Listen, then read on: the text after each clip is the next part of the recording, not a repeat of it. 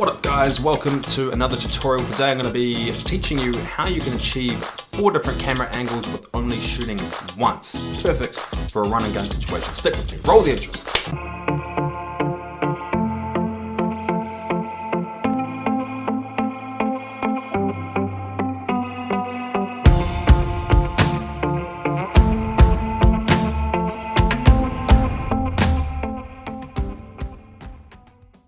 So what do I mean when you can achieve 4 different camera angles from shooting just once? Well, it's a little trick called 4K 50 frames. What do you get out of 4K 50 frames? Well, if you're making a sequence that is 1920 by 1080, which is your classic HD size, that's what we all tend to edit our videos in, essentially the 4K file is way bigger than the frame. And of course, if you're shooting in 50 frames, whereas our native frame rate is 24 or 25 frames, essentially you can double or you can half your frame rate depending on what look you're going for. How do you get the 4 different camera angles? Well, it's not quite a camera angle, but it's as if you've got 4 different cameras all pointing from the same spot. Stick with me. You shoot your footage in 4K 50 frames. You make a 1920 by 1080 sequence, and essentially you put your footage into the timeline. What do you have? First off, you have a full speed 50 frame file. Now, 50 frame footage, personally, I don't think looks that good. There's no motion blur, it looks a bit unnatural to our eyes. Our eyes see at 24 and 25 frames a second. You can see motion blur with the hand. I like to do this as a way of doing motion blur. When you get 50 frames, it's really smooth and you don't get any motion blur. It looks a little bit unnatural. If I'm shooting a wedding, if I'm using 50 frame footage in a wedding, I only use really small chunks of it, and because if you use too much, then it starts to become obvious that it's 50 frames.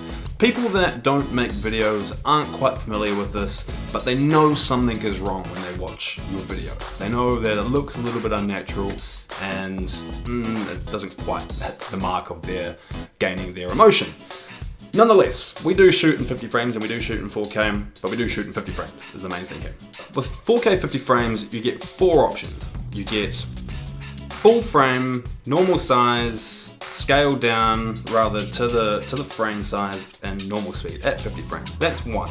2, you get 50 frames at zoomed in, so that's the 4K on the sequence of the 1920 by 1080, which makes it a little bit bigger. That's your second one. That's pretty much a zoom shot. Number 3 is you can interpret your footage down from 50 frames to 25 frames, which makes it half the speed, which is essentially slow motion. You can do this for the full frame, or you can do this for the zoom frame. I'm going to call it full frame and zoom frame. Full frame is when you scale it down to fit the 1920 by 1080 box. The zoom frame, which is the full 4K size, is when you just put it onto your sequence and it looks a little bit bigger and it kind of expands out. But it's a zoom. Essentially it works as a zoom. That's your four shots. 4K 50 frames, full frame, 4K 50 frames, zoom frame, 25 frames slow motion full frame, and 25 frames slow motion zoom frame. We'll get there. So, how exactly do you do this? Well, first, drag your footage into the timeline and right click, go down to modify, and then click on interpret footage. From here, you select this little checkbox, and then you type in 25 frames per second. That has essentially just doubled the length of the shot.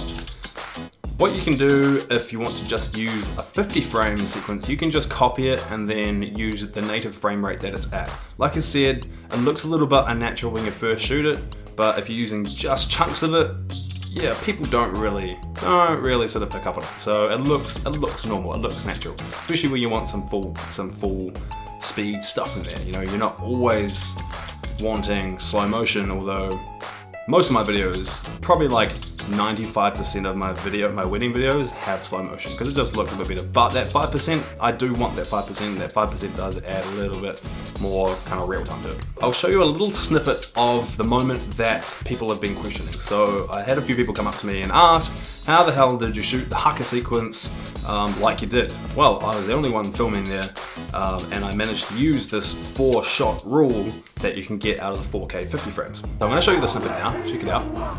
And as you can see, I've managed to go full frame, go full speed, zoom in, half speed, slow motion, and just to give that nice nuance of drama. It really adds the sense of drama. When you can see something happen in slow motion, it adds this next level of drama to it, a little bit more detail. It's things that the eye doesn't see naturally. That's why we slow it down, because it looks so good. It's so like we don't look at stuff in that slow motion. My cat's meowing.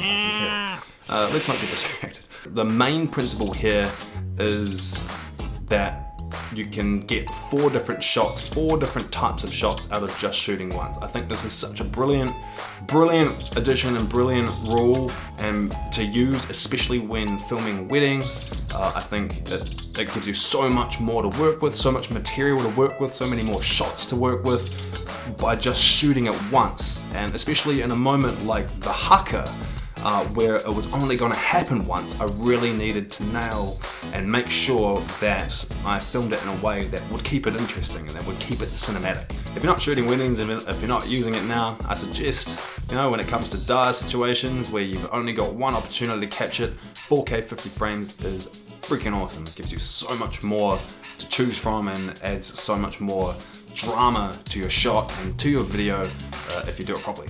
Anyway, that concludes what I have to say about 4K 50 frames and the way you can utilize it and next into your videos. Like, share, subscribe. Like or share, no one really does that shit anymore, but at least subscribe, because I don't know, I like to make videos and I'm sure you do too. That's probably why you're watching. So, hit me back.